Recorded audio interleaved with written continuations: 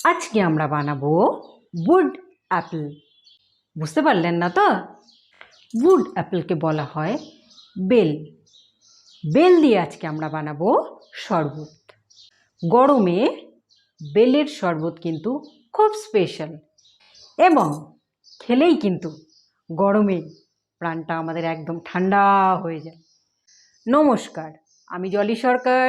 খাবার ঝুড়ি চ্যানেলে আপনাদের সকলকে স্বাগত জানাই। তাহলে চলুন রেসিপিটা শুরু করা যাক। বেলের শরবত তৈরি করতে যে উপাদানগুলো আমি নিয়েছি সেটা হলো একটা গোটা বেল। বেলটাকে আমি ভেঙে রেডি করে নিয়েছি। আর নিয়ে নিয়েছি 1.5 চামচ চিনি, পরিমাণ মতন নুন মানে বিট নুন, আর নিয়েছি গোলমরিচের গুঁড়ো। শরবতটা তৈরি করার জন্য প্রথমে বেলটাকে স্কুপ করে নিতে হবে। তার জন্য আমি এখানে একটা পাত্র নিয়ে নিচ্ছি। আমি এখানে চামচের সাহায্যে বেলটা সম্পূর্ণ বার করে নেব।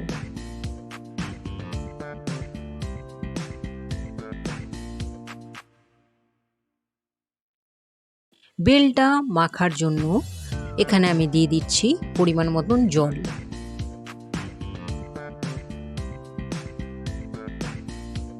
আর দিয়েছি পরিমাণ মতন বিট নুন, 1.5 চামচ চিনি।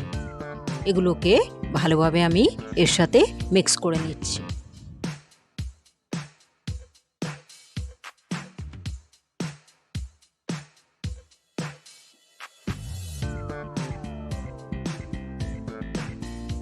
এবার আমরা ছাঁকনির সাহায্যে এটাকে সেপারেট করে নেব।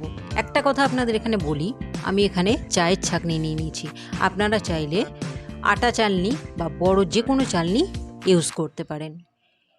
এই চালনির মাধ্যমে আমি বীজগুলো সেপারেট করে নেব। তার সাথে যদি ওর মধ্যে কোনো ছোবড়াও থেকে থাকে সেগুলো সেপারেট হয়ে যাবে।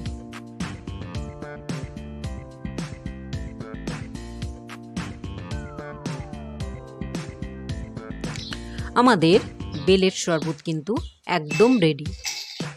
সার্ভ করে নেব আইস কিউবসের সাথে। আইস কিউবসটা কিন্তু পুরো অপশনাল, আপনারা চাইলে এটা নাও ব্যবহার করতে পারেন।